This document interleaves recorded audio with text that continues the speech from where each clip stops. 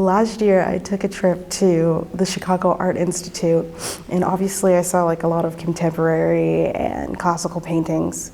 My favorite painting was one called Ethereal Whispers by Ariel Lysander.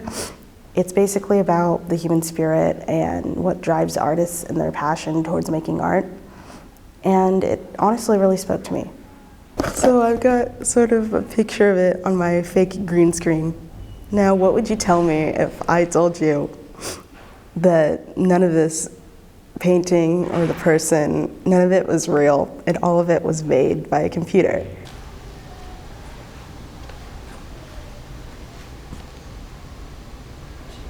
Okay, so I had this whole thing planned out where I was like gonna go to art places outside and talk about AI art, but that didn't work out, and I don't feel like filming outside right now, so I'm in my bedroom.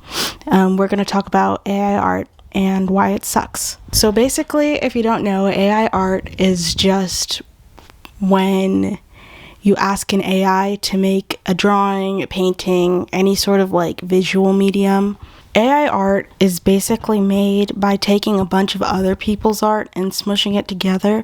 So let's say you asked an AI program to make you a picture of an apple. It would just take like 7 different pictures of an apple and put them together and be like, here's an apple. Some people might be like, well, why should I care if AI is like making stuff? It kind of all comes down to where it came from. Obviously, I said it makes it by taking other people's stuff, but when it's stuff like drawings you made, any sort of like art you made, and it just takes it and just like combines it with a bunch of other people's stuff and you don't get any payment or credit, that's kind of fishy. Most AI art generators, they basically just take people's art and combine it without their permission, and they don't credit them, they don't pay them. It's basically just making stuff without any permission at all. And I know a lot of people will say, well, isn't all art derivative? And yeah, on some level that is true. All art comes from something else. I think we forget about the fact that AI is not human. So when it just takes other people's stuff, it's really just copywriting them. It doesn't really put any labor into it in the same way a human would put labor into using their inspirations to come up with something new.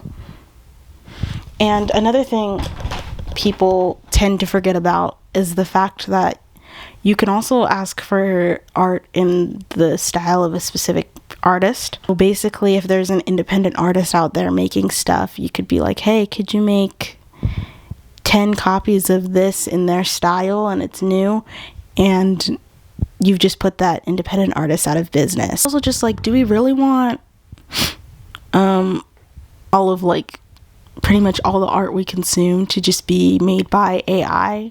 Another thing, if you didn't know, there's a website called How I Have Been Trained, I believe. It'll basically be like, hey, here's how we train our AI to make this thing. Basically, she's an Asian woman and she searched Asian and it just came up with porn, which I know some people, maybe they don't see this as a problem, but it is kind of a bad thing when you're training all of your AI to make a specific thing based off of like the exploitation and fetishization of like a whole race of people. And people also forget AI can just be used to make things unethical.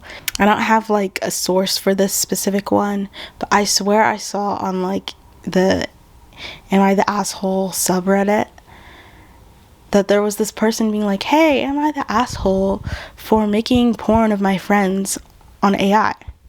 And like, I don't know who you are or where you are, but if you ever see this, yes, you are. I think it's really interesting that the art that ChatGPT made still came back to the fact that art requires the human spirit and people in it. It's just a reminder of the fact that art isn't meant to be like a commodity. It's meant to be for people, and it's really only special because people make it. Okay, so this is the end of the video. So basically, AI art bad, people art good. Pay your artists, pay your writers, do do your job, and have a nice day.